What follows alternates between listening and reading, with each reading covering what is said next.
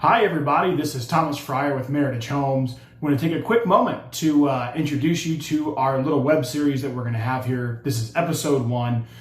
Really wanted to tackle a really common question we get from a first-time home buyer or even someone that hasn't bought a home in quite a while. Maybe it's their first move up or possibly even second move up. They just haven't done a loan application in a long time.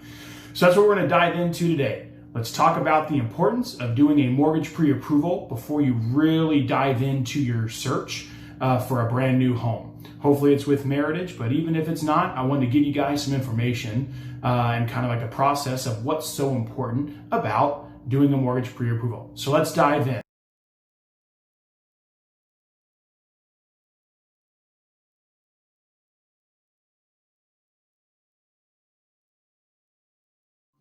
Okay, so let's start talking about why the mortgage pre-approval at the beginning of your home search is incredibly important. Number one, you want to know what the bank is going to give you. What amount of your purchase price will they say you're qualified for? So there are 3 answers that you're going to get from a mortgage pre-approval. The most fun and easy is yes, go ahead, pre-approved with no conditions. The second, you're pre-approved, but before closing, some certain conditions need to be met. That could be like the sale of your current home. If you're like a move-up buyer or even possibly a move-down buyer. So move up, you're needing a bigger home, your family's growing, or your just current home is too small, it's not working for you. The move-down buyer typically is someone that's trying to make the size of their home smaller. Kids are grown, they're gone in college, there's a million things, but you're trying to go to a smaller property. So you may get a pre-approval with conditions. You need to sell your home. Maybe you need to do a little credit repair and they'll give you that game plan. Every bank that's out there right now will give you a game plan on how to get approved at the time of closing. The third, which is not the fun one, just not approved at this time. Maybe there's just some credit boo-boos on there, some missed payments, stuff like that, that over time, what they call seasoning, once those late payments or whatever could happen, fall off the credit, then you'll be good to go. And they're pretty good at giving you a timeline. The banks are really good at that. So again, really important because you want to know what you qualify for and what you have to do to get through the finish line to close. I'm a big fan of doing completing the mortgage application at the beginning of your search. You definitely want to get an idea of where you want to be, what the homes cost in the area, but my recommendation is don't spend a whole lot of time looking without having a pre-approval in hand, especially in today's environment where the rates are crazy low. The homes are selling at historically fast, rates. I mean, most of our resale that we see for our clients that have to sell is average days on market under a week. Most people are selling their home within a day or two of going live on the market.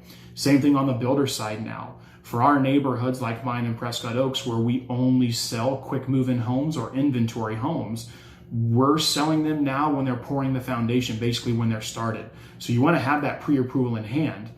So you know that you're a strong buyer. The seller knows that you're a strong buyer. You're legit. You're for real. And then you find your home and you can take it off the market once you find it and you find a home that you fall in love with. So that's why we're huge fans of getting pre-approved towards the start of your process, the search process. So you know what you get qualified for. If there are any conditions, you know what you need to do to satisfy those conditions. So at the day of closing, everything is good to go. There are no surprises. The last thing that I leave you with, whichever bank you decide to go with, there's always benefits of going with the builder's mortgage company. But even if you go with your own bank or one of the big banks out there, have a great relationship with your loan officer and understand that time is of the essence. So when they ask for substantiating documents, pay stubs, tax returns, bank statements, proof of child support, either you're receiving, you're paying, whatever conditions, whatever substantiating documents that the mortgage company asks for, get that to them as soon as humanly possible. We live in a digital era where 99% of that stuff you can download off of a website and just send it over to them in an email. Get that to them. Have a great relationship with your loan officer. It'll make your process incredibly smooth once you find that home. Again, my name is Thomas Fryer. I work for Meritage Homes out here in Prescott Oaks. If you have any questions, comment below and I'll get back to you as soon as I can. Thank you so much and we'll talk to you soon.